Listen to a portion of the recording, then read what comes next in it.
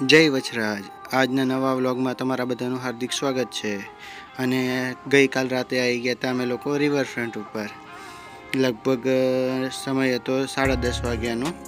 અને તમને આખું રિવરફ્રન્ટ ઉપર તમને દેખાડું કે આખું રિવરફ્રન્ટ કેવું છે અમદાવાદનું. જે લોકો રોજ જતા હશે એને ધ્યાન હશે, અને જે લોકો કોક વખત આવ્યા હશે એને પણ ધ્યાન હશે.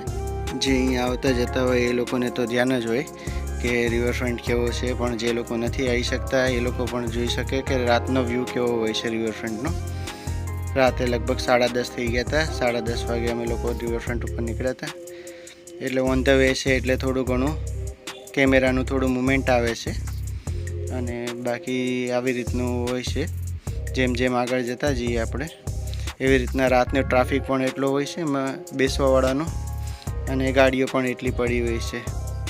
સૌથી અમદાવાદનો આમ સેફ માની જાય, એકદમ સેફ. તમે ગમે એટલા વાગે રાતે તમે નીકળો અહીંયા, લગભગ રાતે 10 વાગે નીકળો, 11 વાગે નીકળો, રાતે 2 વાગે નીકળો કે 3 વાગે નીકળો, અહીંયા બેસવાનો ટ્રાફિક હોય જ છે. પણ રાતે થોડોક ઓછો હોય, દિવસમાં થોડો આ ટાઈમે વધારે હોય.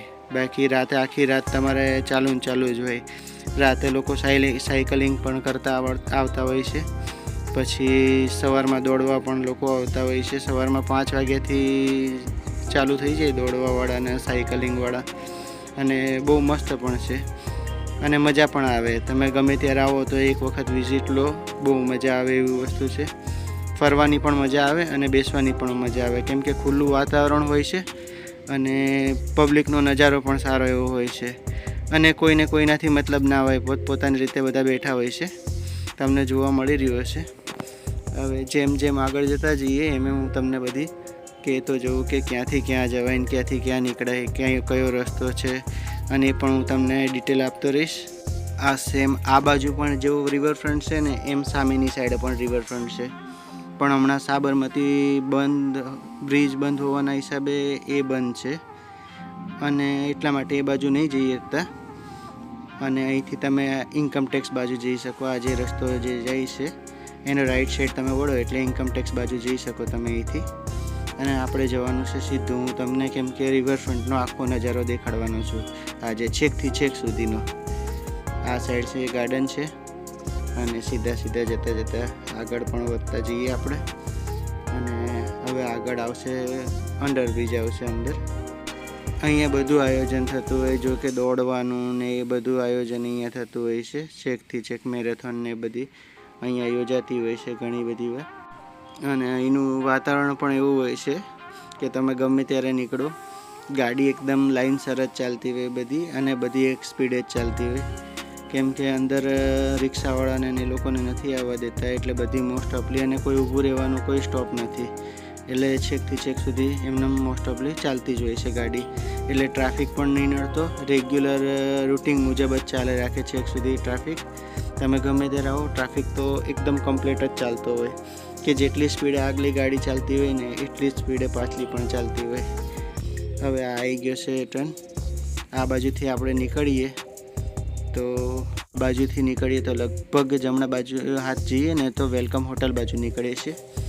અને જેમ જેમ આગળ જતા જઈએ બીજો અંડરબ્રિજ આવી ચૂક્યો છે, અને બીજો અંડરબ્રિજમાંથી આપણે પસાર થઈ જઈએ છીએ. સાઈડમાં વેલા બધું દેખાતું હશે, બહુ મસ્ત રીતે છે વેલા ને એવું બધું. આ પણ એક જોવાનું મસ્ત લાગે છે, એક વેલા ને એવું બધું જોવાનું. આ બ્રિજ આવી ગયો છે, અને આ બ્રિજથી સીધા આપણે જઈશું ઉપર સીધા. તો આ સીધા જતાં આ વેલાનો નજારો પાછો જોવા મળ્યો છે. બહુ સારો એવો વેલા છે બધા, અને આવા વેલાને બધું જોવું બહુ મજા આવે, કેમ કે કુદરતી સૌંદર્ય છે એના હિસાબથી થોડુંક વધારે મજા આવે એવું છે.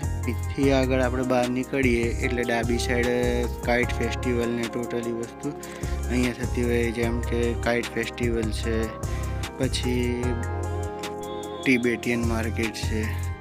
જે ડાબી સાઈડ દેખાય છે ને ત્યાં આગળ બધું કાઇટ ફેસ્ટિવલ ને બધું થતું હોય છે. કોઈ પણ ફેસ્ટિવલ હોય કે કોઈ ફેર જેવું હોય તો એ બધું અહીંયા ભરાતું હોય છે મોસ્ટ ઓફલી. જેમ આ બાજુ છે એમ સામેની સાઈડ પણ છે. સામેની સાઈડવાળો પણ તમને કોઈક દિવસ આખો વ્યૂ દેખાડીશ. એ બાજુ પણ જ્યારે નીકળીશું ત્યારે આખો એ બાજુનો પણ વ્યૂ દેખાડીશ. અને અત્યારે બધી ગાડીઓ એક જ સરખી એક જ સ્પીડમાં ચાલી રહી છે. જેમ કે હા, જે ફાસ્ટ જતા હોય એ થોડાક આ બાજુ ચાલતા હોય, આપણે થોડો મુમેન્ટ ઓછું આવે એટલે થોડા આપણે સ્લો જઈએ છીએ, કે જે વાઇબ્રેશન કેમેરાનું વાઇબ્રેશન ઓછું આવે, અને જો વાઇબ્રેશન વધારે આવે તો વાઇબ્રેશન વધારે થવા માંડે.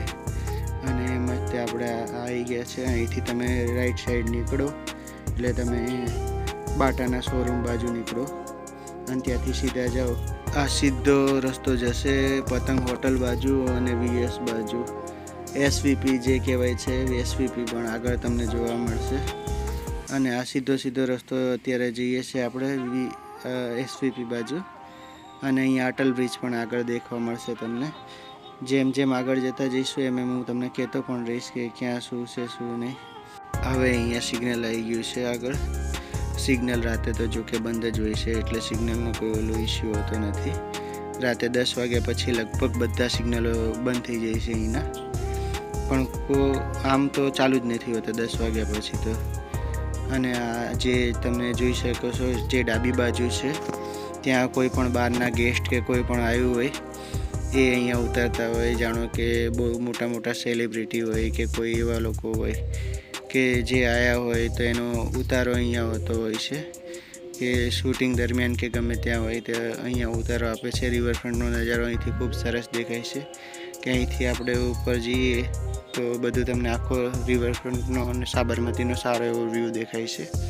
અને આ સાઈડમાં જે જમણી બાજુ જોઈ શકતા હશો થોડી ઘણી દેખાતી, એ પતંગ હોટલ છે. અને અહીંયા આવી ગયા છે આપણે ત્રીજા અંડરબ્રિજમાં. આ અંડરબ્રિજ છે અને આની ઉપરનો ઘણા બધા સમાચારમાં પણ ઉપરનો વ્યૂ દેખાય છે, જે પતંગ હોટલવાળો છે. આ પતંગ હોટલની બાજુવાળો બ્રિજ છે. ત્યાં બ્રિજમાં પણ વેલાનું ઘણું બધું ઓલું છે. અને આનો નહેરુ બ્રિજ છે.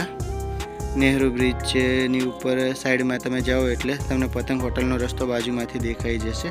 અને અહીંથી પણ પતંગ હોટલ જવું હોય તો તમે અહીંથી રાઉન્ડ લઈને તમે જઈ શકો. જમણી બાજુથી ગાડી વળાવી લો એટલે તમે પતંગ હોટલ પહોંચી શકો છો.